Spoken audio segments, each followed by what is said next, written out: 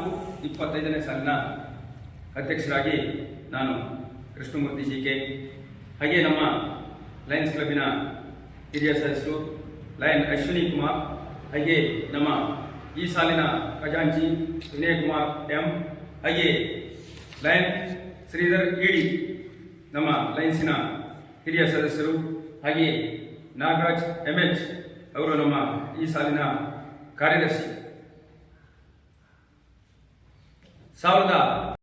ಈ ಒಂದು ಸಂಸ್ಥೆ ಅಮೆರಿಕದಲ್ಲಿ ಅವರು ಪ್ರಾರಂಭ ಮಾಡಿದರು.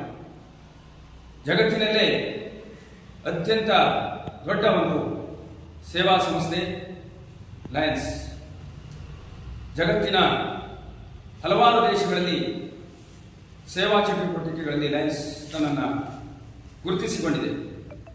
ಸುಮಾರು 210 ದೇಶಗಳಲ್ಲಿ ಲಯನ್ಸ್ ಕ್ಲಬ್ ಸಕ್ರಿಯವಾಗಿ ಕೆಲಸವನ್ನು ಮಾಡ್ತಾ ಇದೆ.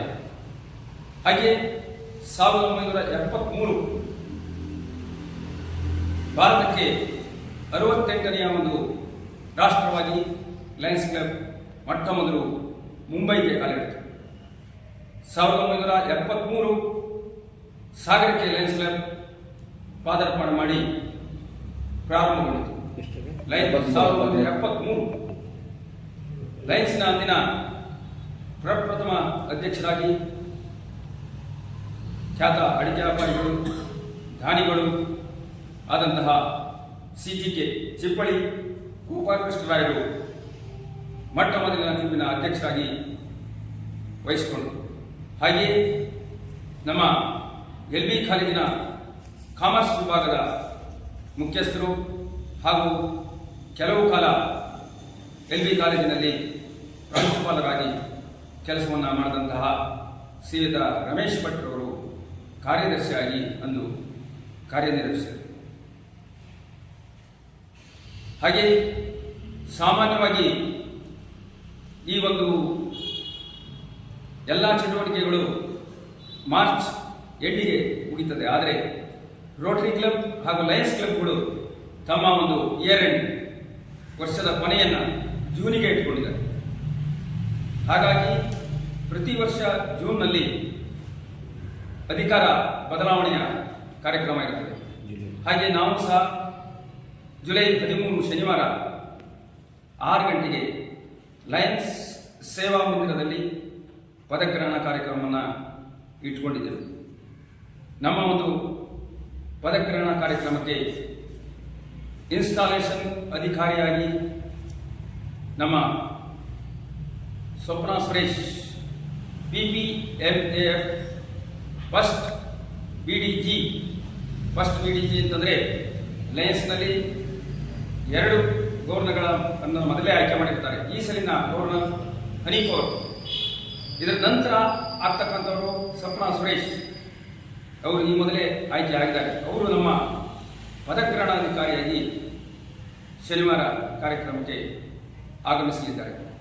ಹಾಗೆಯೇ ಈ ಒಂದು ಕಾರ್ಯಕ್ರಮಕ್ಕೆ ನಮ್ಮ ರೀಜನಲ್ ಚೇರ್ಮನ್ ಸತೀಶ್ ಅವರು ಶಿವಮೊಗ್ಗದಿಂದ ಆಗಮಿಸಲಿದ್ದಾರೆ. ಹಾಗೆಯೇ ಝೋನ್ ಸೆಕ್ರೆಟರಿ ದೊಡ್ಡಮನಿಯವರು ಸಹ ಲಯನ್ ಅವರು ಸಹ ಶಿವಮೊಗ್ಗದಿಂದ ಕಾರ್ಯಕ್ರಮಕ್ಕೆ ಆಗಮಿಸಿದ್ದಾರೆ. ಹಾಗೆಯೇ ನಮ್ಮ ಮಾಜಿ ಗವರ್ನರ್ಗಳು ಮುಂಜಪ್ಪನವರು MK ಭಟ್ರು ಸಹ ಈ ಒಂದು ಕಾರ್ಯಕ್ರಮಕ್ಕೆ ಸಾಥ್ ಕೊಡಲಿದ್ದಾರೆ. ಮಾಮೂಲಾಗಿ ನಾವು ಹೇಗೆ ಸೇವಾ ಕಾರ್ಯಕ್ರಮವನ್ನು ನಡೆಸಿಕೊಂಡು ಬಂದಿದ್ದೇವೆ, ಲಯನ್ಸ್ ಕ್ಲಬ್ ಸೇವಾ ಕಾರ್ಯಕ್ರಮಕ್ಕೆ ಹೆಸರಾದಂತಹ ಒಂದು ಲಯನ್ಸ್ ಕ್ಲಬ್. ಅಂಧತ್ವ ನಿವಾರಣೆ ಇರ್ಬೋದು, ಹಸಿರೀಕರಣ ಇರ್ಬೋದು, ಮಹಿಳಾ ಸಬಲೀಕರಣ ಇರ್ಬೋದು, ಆರೋಗ್ಯದ ಕಡೆ ಇರ್ಬೋದು, ಎಲ್ಲ ಒಂದು ಕೆಲಸಗಳನ್ನು ಲಯನ್ಸ್ ಕ್ಲಬ್ ನಡೆಸಿಕೊಂಡು ಬಂದಿದೆ.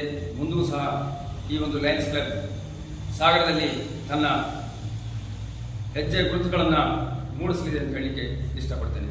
ಹಾಗೆಯೇ ಶನಿವಾರ ಇಟ್ಟುಕೊಂಡಂಥ ಕಾರ್ಯಕ್ರಮಕ್ಕೆ ಸಾರ್ವಜನಿಕರು ಹೆಚ್ಚಿನ ಸಂಖ್ಯೆಯಲ್ಲಿ ಬಂದು ಪ್ರೋತ್ಸಾಹಿಸಬೇಕು. ಹಾಗೆ ನೀವು ಸಹ ಪತ್ರಿಕಾ ವರದಿಗಾರರು ಇದನ್ನು ಕಾರಣ ಅಂತ ಆಗಮಿಸಿಲ್ಲ. ಈ ಸಾಲಿನಲ್ಲಿ ಅವರು ಝೋನ್ ಚೇರ್ಮನ್ ಆಗಿ ಸಹ ಆಯ್ಕೆಯಾಗಿದ್ದಾರೆ. ಅವರು ಸಹ ನಮ್ಮ ಶನಿವಾರದ ಒಂದು ಕಾರ್ಯಕ್ರಮಕ್ಕೆ ವೇದಿಕೆಯಲ್ಲಿರ್ತಾರೆ. ಇವತ್ತಿನ ಕಾರ್ಯಕ್ರಮಕ್ಕೆ ಕಾರಣಾಂತರದಿಂದ ಅವರು ಗೈರಾಗಿದ್ದಾರೆ.